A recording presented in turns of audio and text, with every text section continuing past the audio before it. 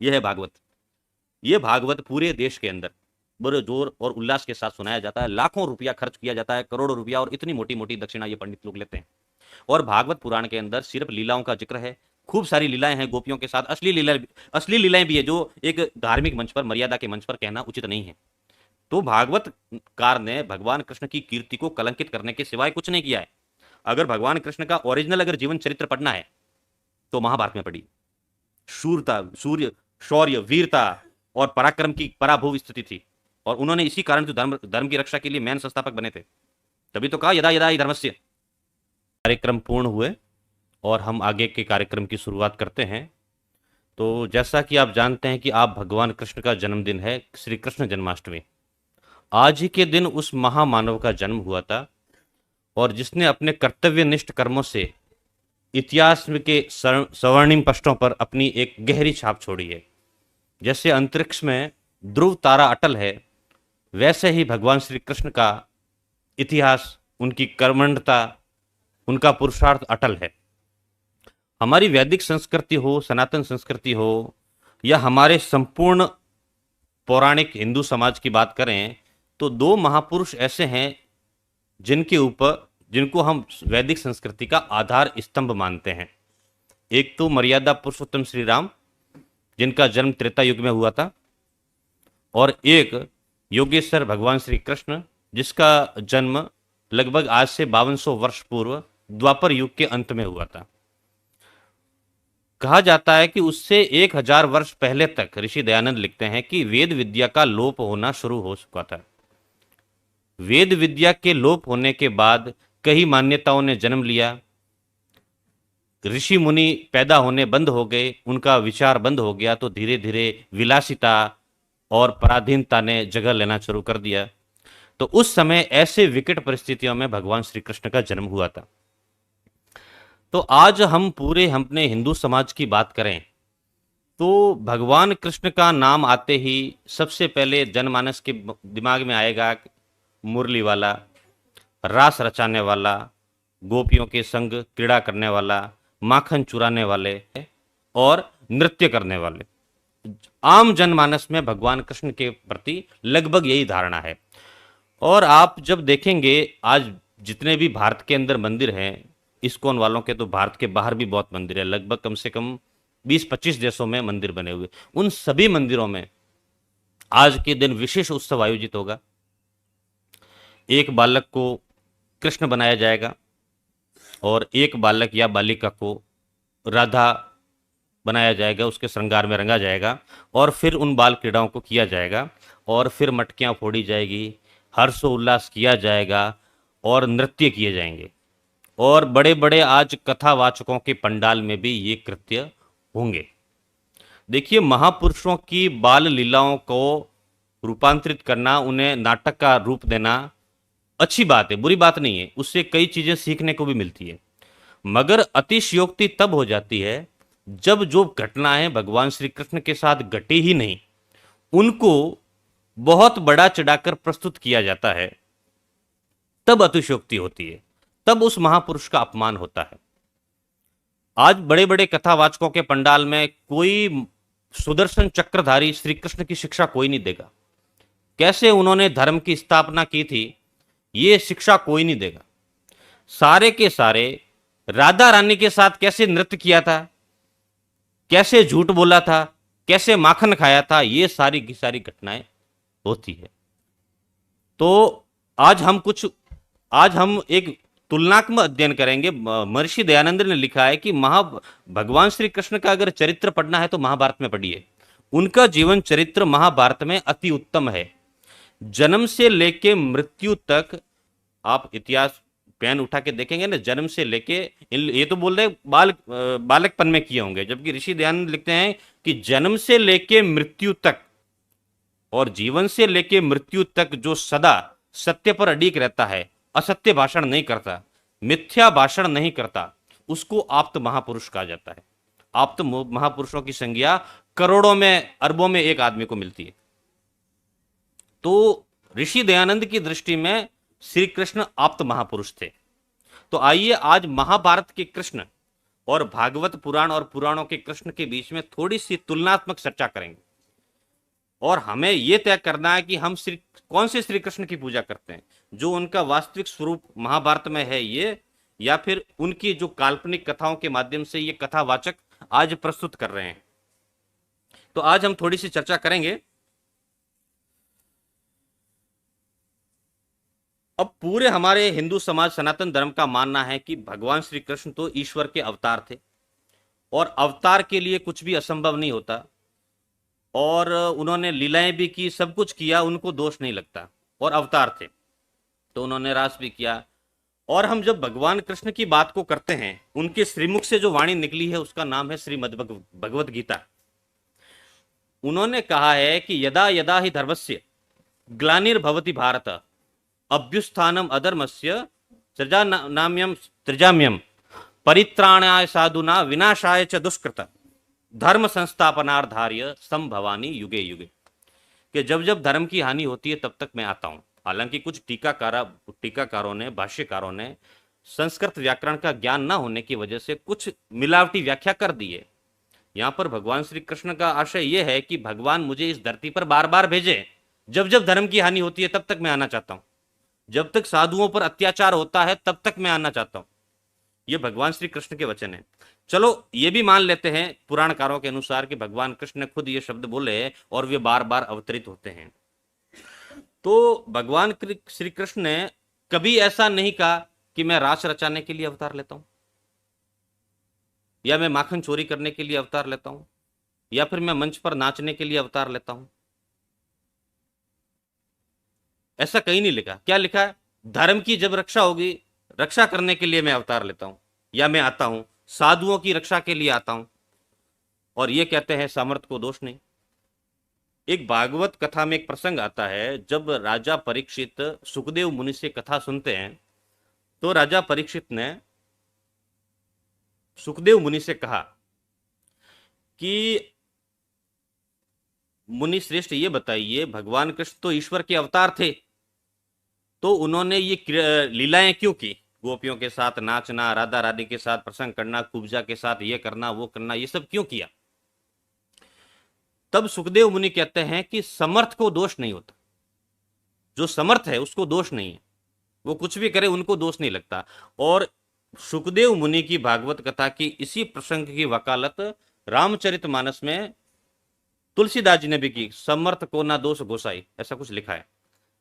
तो समर्थ को दोष नहीं है, ये भागवत कथा में इंकित है, सुखदेव मुनि के श्रीमुख से निकला है, ऐसा ये टीकाकार मानते हैं। अब हम भगवान कृष्ण की वाणी की तरफ आते हैं भगवत गीता पे।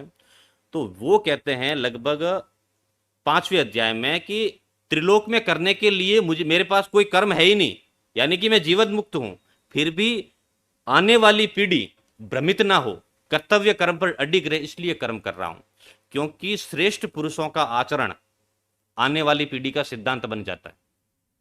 इसलिए हे अर्जुन, तू भी कर्म कर, अकर्मण्य मत बन, और जो आज का तेरा जो क्षत्रिय धर्म है उसको निभा, कायरों की तरह पीछे मत भाग, इतिहास तुम्हें कलंकित मानेगा। और तुम्हें देखकर कितने ही तुम्हारे युवा पीढ़ी है, तुम्हारे जो आने वाली पीढ़ी है, वो कायरता की तरफ बढ़ेगी। तो जो श्रेष्ठ पुरुष आचरण करते हैं वो ही आने वाली पीढ़ी को करना चाहिए। मैं इसलिए कर्म करता हूं ताकि आने वाली पीढ़ी भी हमसे सीखे और सही कार्य करे। यहां भगवान श्री कृष्ण कह रहे हैं कि मैं जो कर रहा हूं, क्यों कर रहा हूं? कि आने वाली पीढ़ी को बताने के लिए कि क्यों करना चाहिए कर्म। जबकि सुखदेव मुनि क्या कहते हैं भागवत में कि समर्थ को दोष नहीं है। तो अब कौन झूठा, भागवत झूठा या गीता झूठी?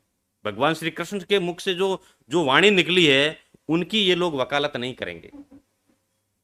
और जो भागवत कथा के अंदर समर्थ को दोष नहीं है, एक पिता के बेटा मैं तो चोरी करता हूं तू मत करना, तो वो पिता अच्छा है कि बुरा है? बुरा है। जबकि भगवान कृष्ण की ये वाणी है ही नहीं। भगवान कृष्ण ने तो क्लियर कहा है कि मैं जो कर्म करूंगा आने वाली पीढ़ी के लिए दृष्टांत बनेंगे, इसलिए मुझे कर्म करना है, इसीलिए मैं भी कर्मों में अडिग हूं। फिर आगे क्या आता है? गीता एक श्लोक आता है, सर्वधर्माणाम परित्यज्य मामेकम शरणम व्रज, सभी धर्मों का त्याग करके मेरी शरण में आ जा। अब ये जो श्लोक है, इसकी भी किसी टीकाकारों ने सही व्याख्या नहीं की है।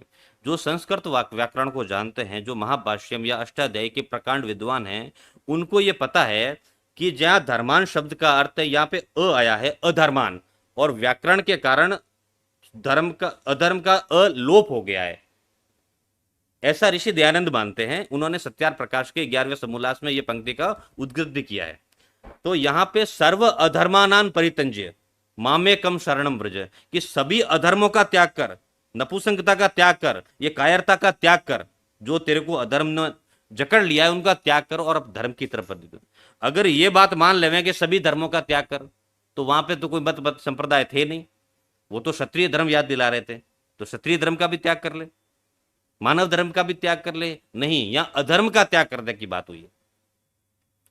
तो कई भाष्यकारों ने गलत टीका करने के कारण कई सारी प्रक्षिप्त मिलावटें हुई है। इसी कारण आज का जो हमारा समाज है जो भ्रमित हो रहा है, भगवान कृष्ण के सही संदेशों को नहीं मान पा रहा है। अब हम आगे आते हैं भागवत के ऊपर।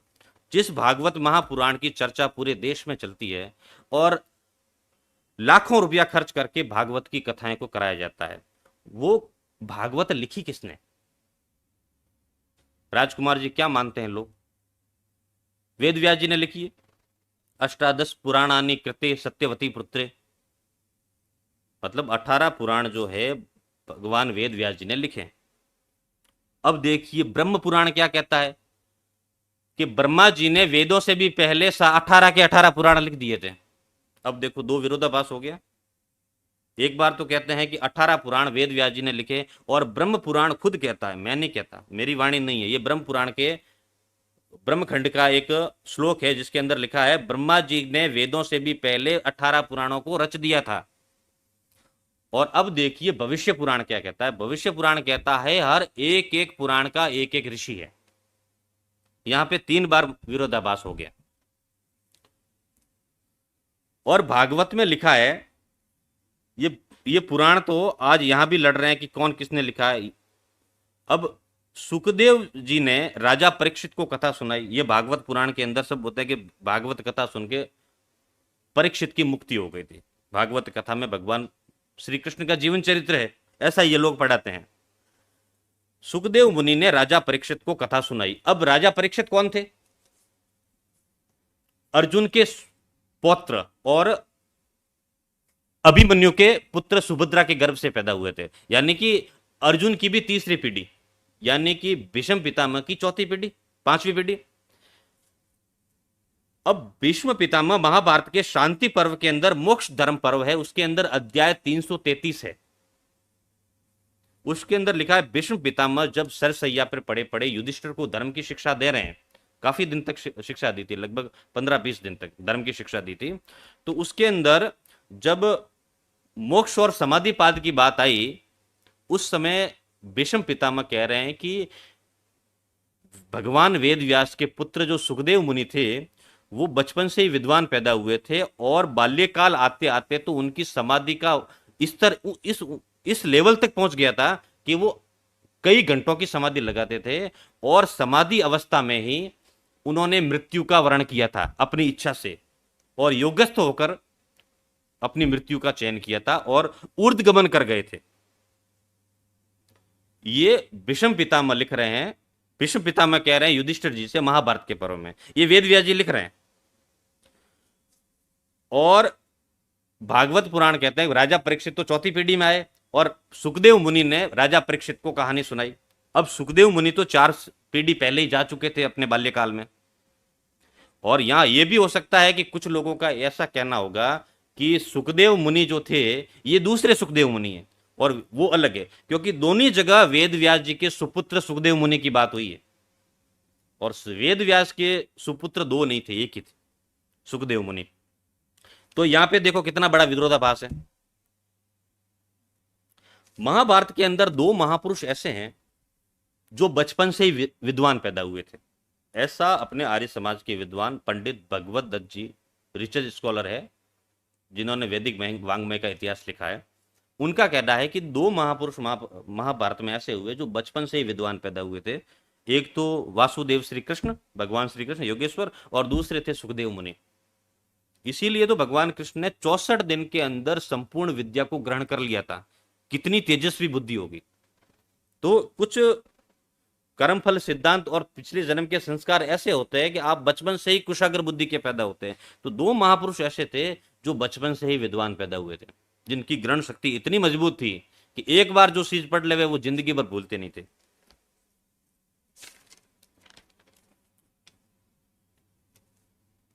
अब भागवत पुराण में लिखा है कि सौनक जी ने सूत जी को कथा सुनाई।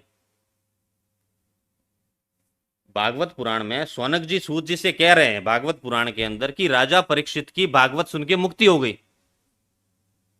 ये कोई प्रस्तावना में या भूमिका में नहीं लिखा हुआ है, ये लिखा हुआ है मैन भागवत कथा में कि भागवत कथा सुनकर परीक्षित राजा की मुक्ति हो गई। तो वो कौन सी भागवत सुने थे? ये भागवत तो सौनक जी सूत जी को सुना रहे हैं, तो क्या वो अलग भागवत थी? यहां पे दो भागवत हो गई। और तीसरे पेज के अंदर क्या लिखते हैं? ब्रह्मा जी ने नारद को भागवत की कथा पहले ही सुना दी थी।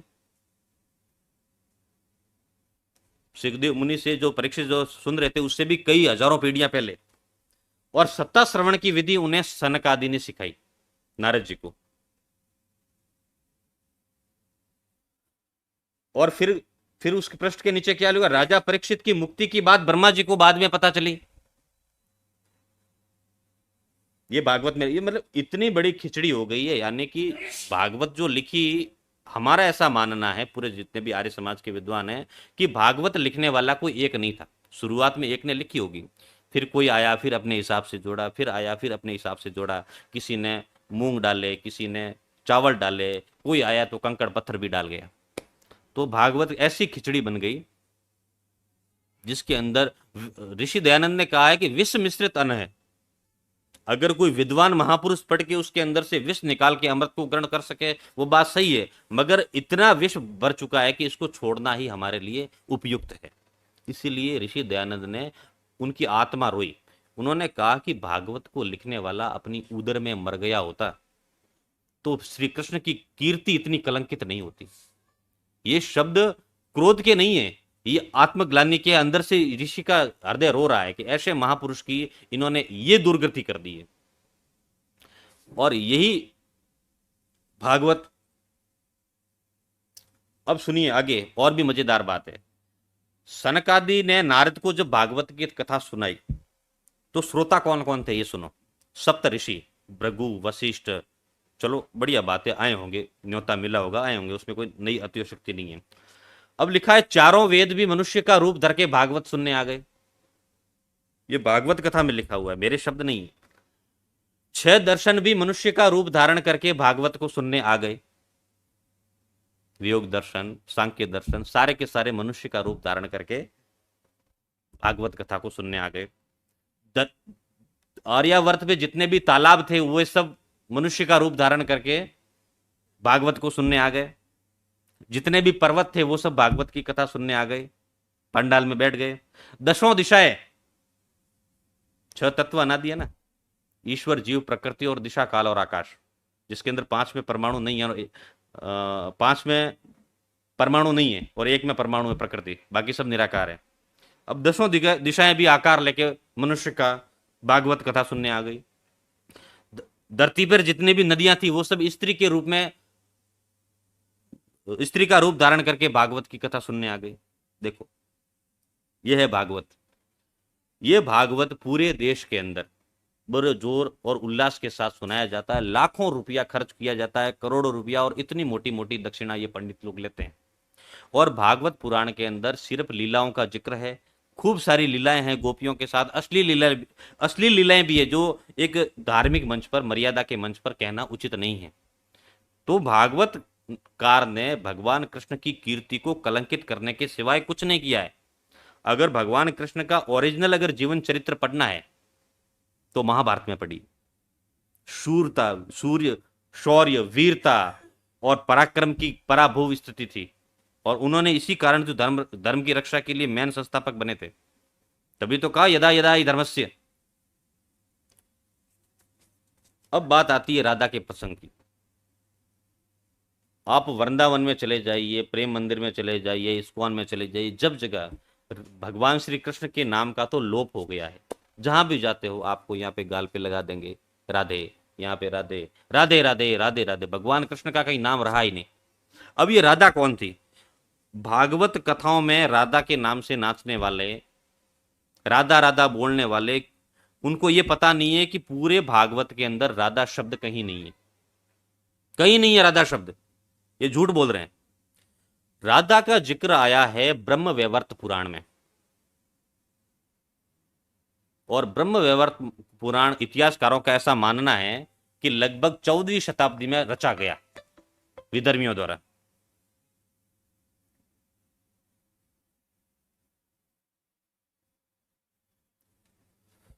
ब्रह्म वैवर्त के मैं कुछ श्लोक कोड कर रहा हूं। ब्रह्म वैवर्त पुराण का ब्रह्मखंड अध्याय 25 और 26, ब्रह्म वैवर्त का ब्रह्मखंड ये कह रहा है कि राधा का जन्म भगवान कृष्ण की बाही बगल से हुआ। यहां से जब भगवान किशोरावस्था में थे उस समय भगवान कृष्ण की बाई बगल से राधा का जन्म हुआ। कितना बढ़िया साइंस है देखो। अब मान लो कि भगवान कृष्ण की बाही बगल से अगर राधा का जन्म हुआ है, तो अगर भगवान कृष्ण के अंश से प्रकट हुई है तो रिश्ते में भगवान कृष्ण की क्या हुई? पुत्री हुई। सीधी सी बात है, ये कोई भी आदमी यही स्वीकार करेगा। और उसी ब्रह्म वैवर्त पुराण के प्रकृति खंड अध्याय 39, 40 और 42, उसके अंदर लिखा गया है कि राधा जो है वो वृषभान की कन्या है, और उसका विवाह हुआ था रायण से। और रायण जो है वो भगवान कृष्ण जी जो पालक माता है यशोदा, उसका सगा भाई है। तो इस हिसाब से तो रायण जो हुआ, जो भगवान कृष्ण का मामा हुआ, और जो राधा रानी हुई वो मामी हुई। तो एक साइड तो पुत्री का, एक साइड इन्होंने मामी का रिश्ता बताया है। और एक और मजेदार कहानी है उसी ब्रह्मखंड के अंदर, प्रकृति खंड के अंदर, रायण जो है वो गोलोक में श्री कृष्ण का अंश है। तो इस हिसाब से अगर गोलोक के अंदर रायण कृष्ण का अंश है तो क्या हुआ? पुत्र हुआ। और पुत्र की पत्नी पुत्र वधु। ये ब्रह्म वैवर्त पुराण कह रहा है, बाकी राधा का कहीं जिक्र नहीं। ये खुद कह रहा है कि राधा का उत्पत्ति ऐसे हुई थी। अब एक साइड तो पुत्री का रिश्ता बता रहे हैं, एक साइड मामी का रिश्ता बता रहे हैं, एक साइड पुत्र वधु का रिश्ता बता रहे हैं। अब देखिए, अब ये ब्रह्म वैवर्त पुराण में, हालांकि कहना नहीं चाहिए, कड़क वचन है, इसने शराब का नशा किया था या भांग का नशा किया था ये शब्द लिखने से पहले। और कथावाचकों को भी अक्ल नहीं है, पढ़ते हैं नहीं। और भागवत पुराण क्या कहता है कि श्री कृष्ण के बगल से शिव की उत्पत्ति हुई थी। भगवान शिव की उत्पत्ति श्री कृष्ण से बगल से हुई थी, जहां से राधा राधी उत्पत्ति हुई। और नई कहानी, विष्णु जी की उत्पत्ति श्री कृष्ण से जो हुई थी, भगवान विष्णु की उत्पत्ति श्री कृष्ण से हुई थी। तो अवतार किसके हुए? और देवी भागवत पुराण के अंदर आता है कि भगवान शंकर और पार्वती का जो संवाद है, पार्वती जी कहती है कि अगले जन्म में मैं श्री कृष्ण बनूंगी और आप राधा बन जाना। ये देवी भागवत में भगवान भोलेनाथ और पार्वती जी का संवाद है। तो फिर अगले जन्म में भगवान शंकर जो है वो राधा बने और पार्वती है जो श्री कृष्ण बने। तो इस हिसाब से भगवान श्री कृष्ण किसके अवतार हुए? पार्वती जी के। ये तो अलग अलग विरोधाभास है पुराणों के अंदर।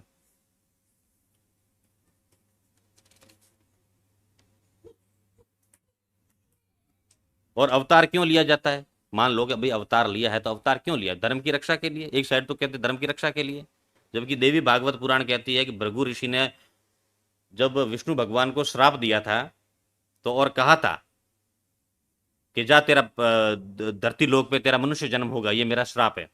तो भृगु ऋषि के श्राप के कारण भगवान विष्णु का अवतार हुआ था श्री कृष्ण के रूप में। ये देवी भागवत पुराण कहता है। और भागवत के अनुसार भगवान श्री कृष्ण की 16,108 रानियां, लाखों पुत्र, ये भागवत कथा कह रही है। और इतना बड़ा लांछन लगाया मत पूछो, क्योंकि महाभारत क्लियर कहता है कि भगवान श्री कृष्ण की एक ही पत्नी थी जिसका नाम था रुक्मणी, और रुक्मणी से भी उन्होंने विवाह कैसे किया था। जब रुक्मणी के पिता तो भगवान कृष्ण के साथ संबंध करना चाहता है, मगर उसका एक भाई था रुक्मी, वो शिशुपाल का सबसे अच्छा मित्र था, तो उसने सगाई पहले ही रुक्मणी की शिशुपाल के साथ कर दी थी। तब माता रुक्मणी ने प्रश्न पत्र लिखा था भगवान श्री कृष्ण को कि हे श्री कृष्ण, मैं आपसे प्रेम करती हूं और आपसे ही विवाह करूंगी। मेरे भाई ने मेरी इच्छा जाने बिना शिशुपाल से विवाह का न्योता भेज दिया है, वो बारात लेके कल आने वाले हैं। इससे पहले मैं आपसे विवाह करना चाहती हूं, मैं शिशुपाल से विवाह नहीं करना चाहती। तब भगवान श्री कृष्ण बलराम के साथ आते हैं उनकी नगरी, और वहां से रुक्मणी जी को ले जाते हैं, और पीछे रुक्मणी जी का भाई रुक्मी वो सेनाएं लेके आता है, और पूरी सेना को बलराम जी हरा देते हैं, और फिर द्वारिका नगरी में आकर रिद्धि सिद्धि के साथ अग्निहोत्र करके माता रुक्मणी के साथ विवाह करते हैं अपनी स्वेच्छा से। अब इन भागवत कथाकारों के अनुसार अगर राधा जी के साथ इनका कोई प्रेम प्रसंग था, तो रुक्मणी जी के साथ स्वेच्छा से विवाह क्यों किया, ये भी तो सोचने वाली बात है। और 12 वर्ष तक गुफा में तपस्या करने के बाद में एक पुत्र प्राप्त किया था। ब्रह्मचर्य का इतना बड़ा उदाहरण, और ये लोग कहते हैं कि राज रचाते थे, कुब्जा के साथ समागम करते थे। हालांकि ये मर्यादित मंच से ऐसी बात नहीं करनी चाहिए, पर ये भागवत कथा में लिखा हुआ है क्लियर क्लियर। और फिर विधर्मी आपके धर्म के ऊपर प्रश्न उठाते हैं। एक जाकिर नाइक का वीडियो देखा था मैंने कि हिंदुओं को मत देखो, हिंदुओं के शास्त्रों को देखो। 16,108 रानियां, लाखों पुत्र, कि ये व्याभिचार नहीं तो और क्या है। और वो लोग हमारे ऊपर लांछन लगाते हैं कि इतनी वर्ष की कन्या के साथ विवाह कर दिया, वो कर दिया, वो कर दिया। पहले अपने महापुरुषों को तो देखो। मैंने बात की तो हिंदू धर्म का एक अनुयायी के शर्म से डूब मरा, ये जाकिर नाइक के शब्द है। ये उनको बोलने का मौका किसने दिया? हमने ही तो दिया। अपने घर का कचरा साफ नहीं करना है, अपनी मिलावटों को क्लियर नहीं करना है, और जब वो कुछ प्रश्न उठाते हैं तो आपकी भावनाएं आहत हो जाती है। आहत होती क्यों, इसके कारण को तो ढूंढो। जो हमारे पुरुषों को, महापुरुषों को जो कलंकित करने की जो भावनाएं पुराणों के अंदर आ गई है किसी कारणवश, उन कचरे को साफ करने का समय है। कचरा को साफ तो नहीं करेंगे, मगर दंगा करने के लिए उद्यत है। ये हम इसीलिए तो आज भारत पराधीन हुआ है। महाभारत के श्री कृष्ण को पूजने के बजाय नचकनियों का देश हो गया ये देश। जगह जगह राधे राधे राधे राधे। आज के दिन पूरे अहमदाबाद में आप देख लो, सब जगह राधे राधे के ढोल बजेंगे, नाचने गाने के सिवाय कुछ नहीं होगा। यानी कि हमारे हिंदू धर्म ने नाचने गाने को ही अपने धर्म का अभिन्न अंग मान लिया है। मंदिर जाओ, तिलक लगाओ, नाचो गाओ, भजन कीर्तन करो और घर आ जाओ, जबकि ये धर्म का लक्षण है ही नहीं। भगवान कृष्ण ने गीता जी में धर्म के 7 लक्षण बताए। युधिष्ठिर जी के गीता जी में नहीं है, युधिष्ठिर के साथ संवाद है उसमें, और उस 7 लक्षणों में एक भी लक्षण का पालन श्री कृष्ण को मानने वाले नहीं कर रहे हैं। यह बड़ी आश्चर्य की बात है।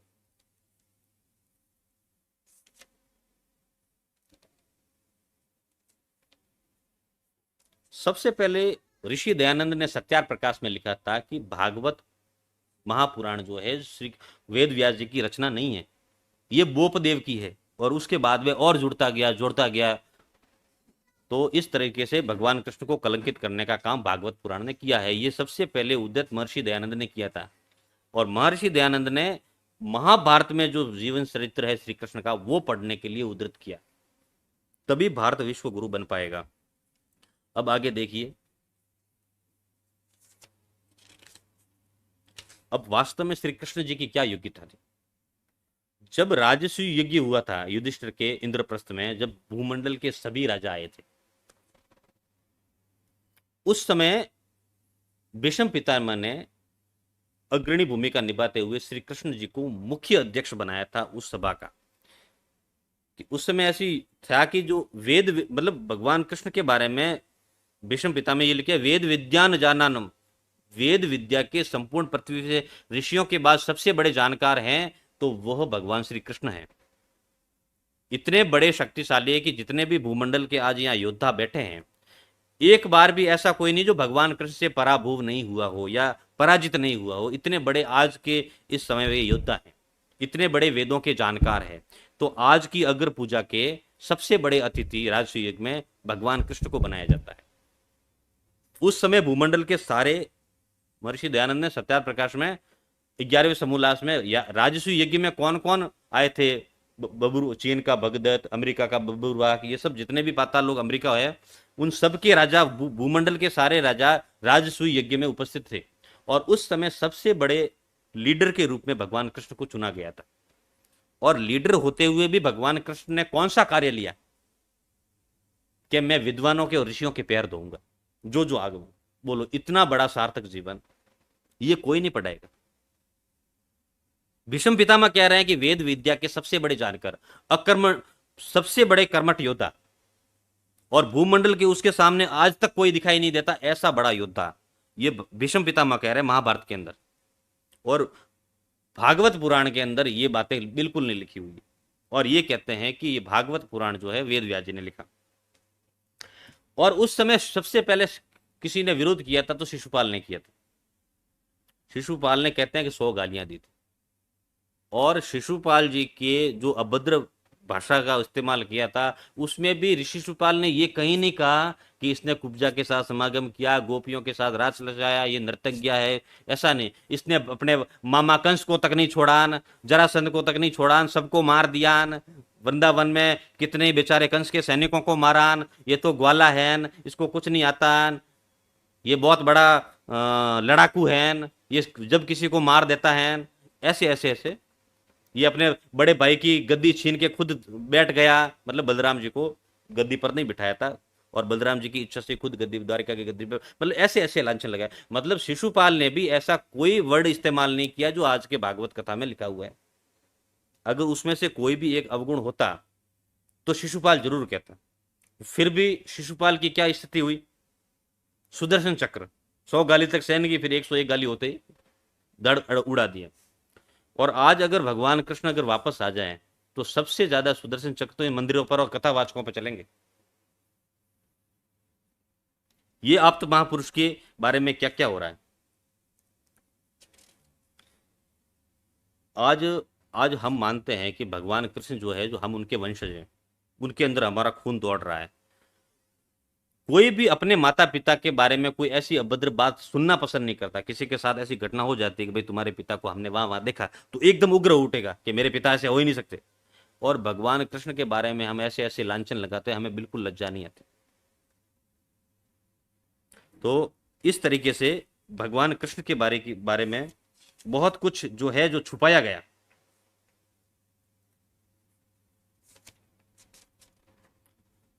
एक महाभारत के अंदर घटना आती है कि जब द्रोणाचार्य जब अर्जुन को शिक्षा दे रहे थे तो उनको एक ब्रह्मशिर अस्त्र दिया था। ब्रह्मशिर अस्त्र जो होता है, जो ब्रह्मास्त्र से भी तेज होता है, और उसको छोड़ने के बाद में जो परमाणु बम का विस्फोट होता है उससे भी भयानक होता है। और उस अस्त्र का प्रयोग उसी समय करना चाहिए जो आपातकाल हो, जब सारे रास्ते बंद हो चुके हो। और उस शस्त्र को वापस बुलाने की भी जिस योद्धा के पास कैपेसिटी हो, उसी वो ब्रह्मशिर अस्त्र दिया जाता था।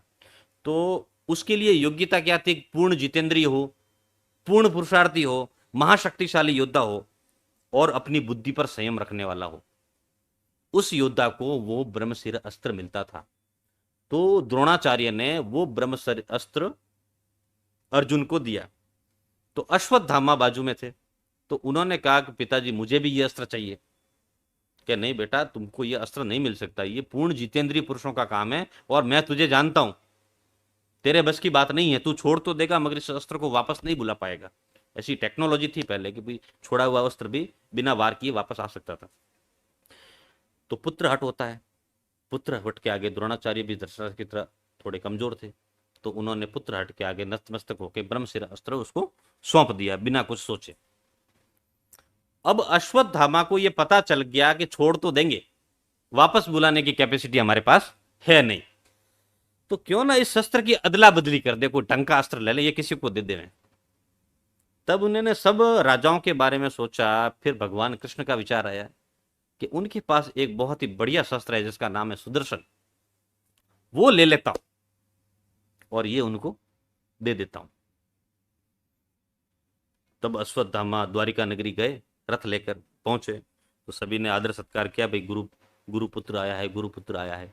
आदर सत्कार के बाद में शाम को टाइम जब नदी के समुद्र के किनारे टहलने निकले, तब अश्वत्थामा ने कहा कि हे कृष्ण, आपके पास सुदर्शन चक्र है, वो आप मुझे दे दीजिए, और मेरे पास एक अमोघ शस्त्र है जिसका कोई तोड़ नहीं, जो मेरे पिता ने मुझे दिया है, उसका नाम है ब्रह्मशिर अस्त्र। तो वो अस्त्र मैं आपको दे दूंगा, आप मुझे सुदर्शन चक्र दे दो। तो कि क्यों चाहिए, तुम्हारे पास तो ब्रह्मशिर अस्त्र है, तो देना क्यों चाहते हो? बोले कृष्ण के ये छोड़ तो दूंगा, वापस बुलाने की कैपेसिटी मेरे पास है नहीं, बहुत विनाश हो जाएगा, और मेरे बुद्धि पर मेरा कमांड है नहीं, तो आप ये सुदर्शन मुझे दे दीजिए, मैं जब चाहे छोड़ता रहूंगा, आप ये ले लीजिए। तब भगवान कृष्ण कहते हैं कि मेरे प्राण प्रिय भाई बलराम ने यह शस्त्र मेरे से नहीं मांगा, मेरा पुत्र प्रद्युम्न है, जिसको मैंने, ये बातें महाभारत में कोट है, जो जिसको मैंने 12 वर्ष का ब्रह्मचर्य का पालन करके हमने एक संतान पैदा की, और वो पुत्र ओजस्वी, तेजस्वी और पुरुषार्थ में मेरे बराबर ही है, उसने भी मेरे से ये शस्त्र नहीं मांगा, क्योंकि उनके पास भी ये योग्यता नहीं है, तो फिर मैं आपको कैसे दे दूं? तो यानी कि इस कथा से यह साबित होता है कि भगवान कृष्ण पूर्ण जितेंद्रिय थे, बहुत बड़े योद्धा थे। अर्जुन दे थे ही, अर्जुन से भी सबसे बड़े पूर्ण जितेंद्रिय, अपनी बुद्धि को नियंत्रण में करने वाले, और अपने श्रीमुख से कहते हैं कि मैंने 12 वर्ष ब्रह्मचर्य का पालन करके एक संतान पैदा किए। और भागवत कथाकार कहते हैं कि 16,108 कन्या थी। ये तो महाभारत में तो कहीं जिक्र नहीं है ना, भगवान कृष्ण ने कभी ऐसा जिक्र किया। तो ये भगवान वेदव्यास खुद लिख रहे हैं कि इतने बड़े जितेंद्रिय महापुरुष थे। अब आगे देखिए,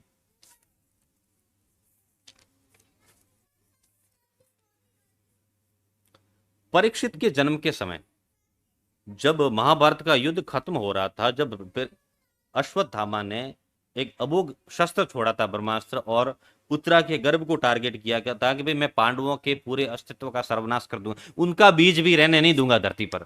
इतना बड़ा उनके साथ द्वेष पाल लिया था अश्वत्थामा ने। और जब उत्तरा के गर्भ पर जब आक्रमण हुआ, तब परीक्षित मूर्छित अवस्था में पैदा हुए थे। मूर्छित बोले तो बेहोशी की अवस्था में पैदा हुए थे। उस समय सारे पांडव हताश हो गए थे। उस समय युधिष्ठिर ने भगवान कृष्ण से कहा था, हे कृष्ण, हमारा बीज भी आज जा रहा है, आने वाली पीढ़ी को हम क्या देंगे? ये परीक्षित, बाकी 5 उनके पुत्रों को तो पहली अश्वत्थामा रात में ही मार चुका था। एक ही संतान बची थी राजा परीक्षित के रूप में, जो जस्ट अभी भी पैदा हुई थी, वो भी मूर्छित। तो अब हमारे बीज का क्या होगा? तब भगवान कृष्ण ने कहा था कि मैं धर्म के बीज को मिटने नहीं दूंगा। तब भगवान कृष्ण ने ईश्वर से प्रार्थना की थी कि हे ईश्वर, अगर मैंने अपनी जीवन भर कभी असत्य भाषण नहीं किया है, मैंने अपनी जितेंद्रिय और अपनी सारे की सारी इंद्रियों को अपने वश में रखा है, और जिंदगी में कभी असत्य भाषण नहीं किया है या अधर्म का साथ नहीं दिया है, तो ये पुत्र को आप मूर्छित अवस्था से सचेत अवस्था में ले आइए। तब उस समय राजा परीक्षित जो पुत्र के रूप में थे, वो मूर्छित हो गए, होश में आए, और उसके बाद भगवान कृष्ण का उनको आशीर्वाद मिला, ऐसा लिखा हुआ है। तो मतलब यहां भी भगवान कृष्ण के द्वारा सत्यापित हो रहा है कि वह पूर्ण जितेंद्रिय थे, पूर्ण पुरुषार्थी थे, पूर्ण योद्धा थे, सुदर्शन चक्रधारी थे। तो इससे राजा परीक्षित की भी रक्षा हुई थी। और एक और नारा दिया जाता है भगवान कृष्ण का, जो हृदय को आत्मग्लानि से भरने वाला है, रण छोड़। रण छोड़ का मतलब क्या होता है पता? कायर। कायर होता है वो रण छोड़ता। भगवान कृष्ण ने कभी भी रण नहीं छोड़ा था। जरासन को 16-17 बार युद्ध में हराया था और जीत कर जा रहे थे, और वो मथुरा को छोड़कर द्वारिका क्यों गए? क्योंकि प्रजा युद्ध से ग्रस्त ना हो, इनको इकोनॉमिक भार ना पड़े। जरासन युद्ध करता रहेगा, हम कितनी बार उसको हराएंगे, इसलिए यहाँ की अर्थव्यवस्था खराब ना हो, यहाँ के लोग डिस्टर्ब ना हो इसलिए लिए अपने एक अलग नगरी बसाते हैं। तो फिर उन्होंने द्वारिका नगरी बसाई थी। तो युद्ध को छोड़ के नहीं आए थे, जीत के आए थे और लोगों की शांति के लिए आए थे। जगन्नाथपुरी में रथ यात्रा के दिन 2 नारे लगते हैं, जय रण छोड़ माखन छोड़। 2 ही नारे लगते हैं। कोई नहीं कहता कि सुदर्शन चक्रधारी भगवान श्री कृष्ण की जय। 2 ही नारे, रण छोड़ और माखन छोड़। ये बोलो, ये गाली है या उनका सम्मान है? समझ में नहीं आ रहा। आज हिंदू जाति हमारी नहीं समझ रही है कि वास्तव में श्री कृष्ण का चरित्र क्या था और हम क्या समझ रहे हैं। और एक और नारे, चोर जार शिखामणि। शिखामणि बोला सबका कोच, हेड कोच, चोरों का, और जार मतलब व्याभिचारियों का हेड कोच। ये लोग ऐसी ऐसी संज्ञाएं दे रही है। शिखामणि का मतलब होता है मैं सबको ट्रेंड करने वाला। शिखामणि सबसे ऊपर, सरदार मान लो। जबकि भगवान कृष्ण खुद धर्म के 7 लक्षण बताते हैं युधिष्ठिर को। कौन सा? पहला, अहिंसा, किसी से वैर न करना, अकारण, और कारण हो तो लाखों की संख्या को उड़ा दो जो धर्म के बीच में आते हैं।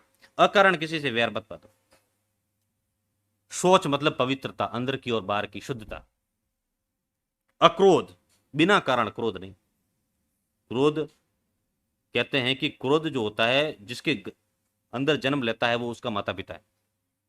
जैसे आपके अंदर क्रोध ने जन्म लिया कारण, तो आप उसके माता पिता हुए।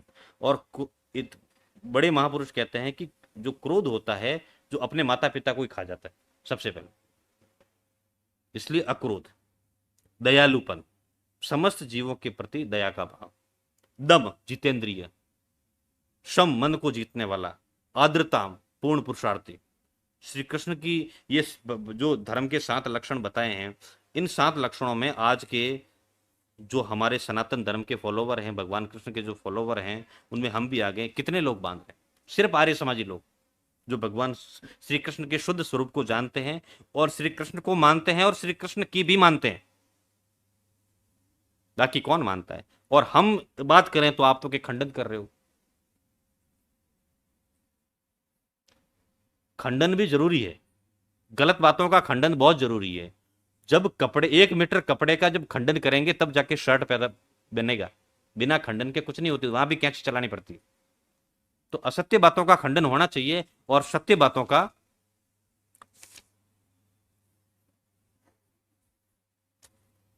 जब भगवान कृष्ण, जब युधिष्ठिर, युद्ध की सेनाएं बीचों बीच है, जब युधिष्ठिर भीष्म पितामह से आशीर्वाद लेने जाता है कि पितामह अब युद्ध चालू हो रहा है, हमें आशीर्वाद दीजिए, तब भीष्म पितामह एक बात कहते हैं कि जहां धर्म है वहां श्री कृष्ण है। नहीं, जहां धर्म है वहां श्री कृष्ण है, और जहां श्री कृष्ण है वहां जीत है। इसलिए हमारे आशीर्वाद की कोई जरूरत नहीं है। हमारा आशीर्वाद तो तुम्हारे साथ है, तुम्हारे साथ श्री कृष्ण है, तुम्हारी जीत पक्की है। जहां धर्म है वहां श्री कृष्ण है। इतना बड़ा पुरुषार्थी महायोद्धा जिसको भीष्म भी लड़ने में कम नहीं थे। 18 दिन के युद्ध के अंदर 10 दिन तो श्री भीष्म पितामह ने खुद ने अकेले युद्ध लड़ा था। तब श्री कृष्ण ने तंग आकर खड़ा हो गया, इसको अगर नहीं मारा तो ये धर्म की हानि हो रही है। और अर्जुन के अंदर सामर्थ्य नहीं बन रहा है कि इसको मारूं, मेरे उसके अंदर वापस वो संबंध आड़े आ रहा है। तब भगवान कृष्ण ने सुदर्शन चक्र उठाया क्रोधवश। तब अर्जुन ने वापस पैर पकड़े कि मेरे से गलती होगी, मैं वार करूंगा। जब धर्म की रक्षा करने के लिए जो प्रतिज्ञा को भी तोड़ दे वो महायोद्धा है। कि मेरी प्रतिज्ञा टूटी थी तो कोई बात नहीं, पर धर्म के ऊपर आंच नहीं आनी चाहिए। उन्होंने भीष्म पितामह से भी कहा था कि आपने अपनी अयोग्य प्रतिभा को अगर प्रतिज्ञा को पहले ही खंडित कर दिया होता तो आज ये सेनाएं आपके सामने नहीं होती। आपने कुर्सी की तो लाज रखी, पर कुर्सी के ऊपर योग्य बैठा है या अयोग्य बैठा है उसका आपने ध्यान नहीं रखा। आपके पास सामर्थ्य भी था, आपके पास योग्यता भी थी, फिर भी आपने ये जुए का घृणित कार्य होते हुए देखा अपनी आंखों के सामने, और द्रौपदी का चिरहरण होते हुए देखा। चिरहरण कोई व्यक्तिगत समस्या नहीं है पांडवों की, ये एक सामाजिक समस्या है। जो हस्तिनापुर की पटरानी इतनी बड़ी सामग्री के साथ ये समाज ऐसा सलूक कर सकता है, तो ये आने वाले समय में आम नारी का ये समाज क्या हाल करेगा। इसलिए युद्ध जरूरी है। अगर पितामह आपके अंदर सामर्थ्य भी था, आपके अंदर पावर भी था, पर आप अपनी अयोग्य प्रतिज्ञा के खूंटे में बंधे रहे, योग्यता को परख नहीं पाए, इसलिए आज युद्ध हो रहा है। और इसलिए आज मुझे मेरी प्रतिज्ञा तोड़नी पड़ रही है। जब भीष्म पिता ने कहा कि प्रभु आप अपनी प्रतिज्ञा तोड़ रहे हो, कि धर्म की रक्षा के लिए प्रतिज्ञा तोड़ना अनिवार्य है, मेरी प्रतिज्ञा कोई बात नहीं टूटेगी। क्या कहेंगे लोग? कहेंगे प्रतिज्ञा तोड़ दी, पर धर्म के ऊपर आंच नहीं आने दूंगा। धर्म के प्रति इतने बड़े कुशाग्र और धर्म के आंच अगर आवे तो वो अपनी प्रतिज्ञा को भी तोड़ दे, ऐसा पुरुषार्थी महायोद्धा, उस कृष्ण को पूजने की आवश्यकता है। इसी से भारत विश्व गुरु बन पाएगा। जब भगवान कृष्ण शांति दूत बन के पांडवों की सभा में गए थे, तब पांडवों ने भगवान कृष्ण ने कहा था कि 5 गांव दे दीजिए, 5 गांव के अंदर हम समझौता कर लेंगे, और मैं आपसे वादा करता हूं कि पांडव आपको कुछ नहीं बोलेंगे। तब युधिष्ठिर ने कहा कि बिना युद्ध के सुई की नोक के बराबर भी जमीन नहीं दूंगा। दुर्योधन ने कहा था कि सुई की नोक के बराबर भी जमीन नहीं दूंगा। तब वो शांति प्रस्ताव खारिज हुआ, और जब शाम को भोजन करने का समय आया तो भगवान कृष्ण महात्मा विदुर के यहां रुके।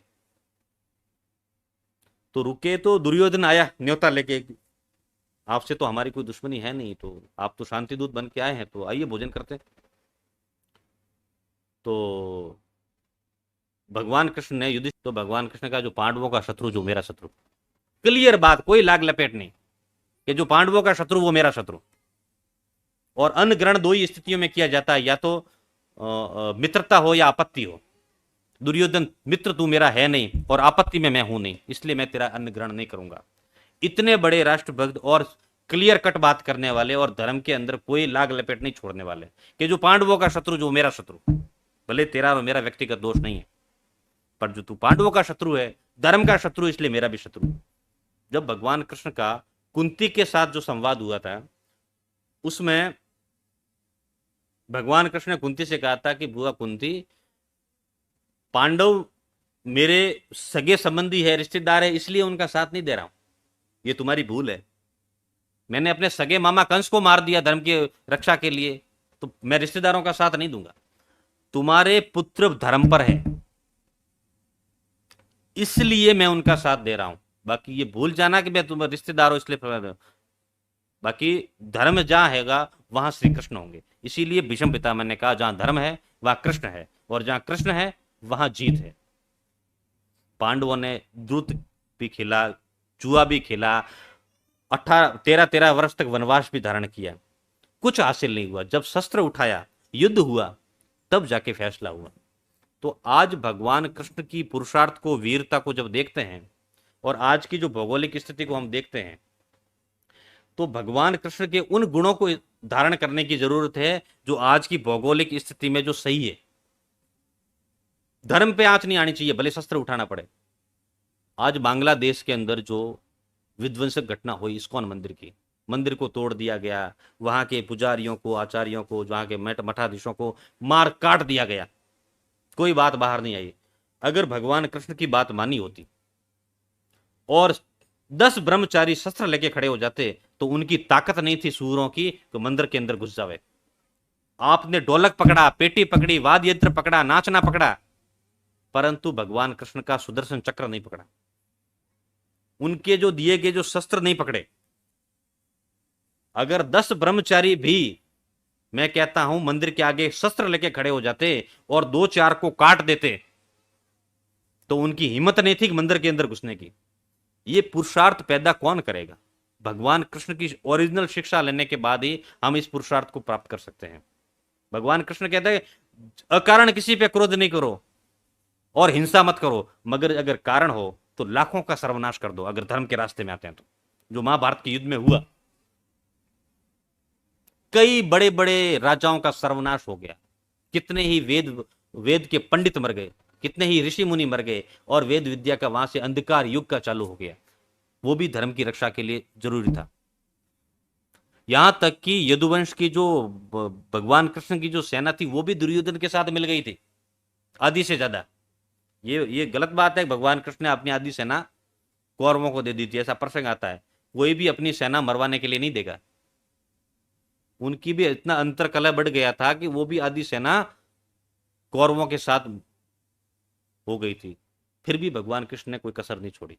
तो आज जन्माष्टमी के मौके पर उसी भगवान कृष्ण को पूजने की आवश्यकता है, उनके ही सिद्धांतों पर चलने की आवश्यकता है। और इसी के कारण अब समय हो गया है, मैं अपनी वाणी को विराम देता हूं और एक बार जोर से बोलेंगे, भगवान श्री कृष्ण की जय हो।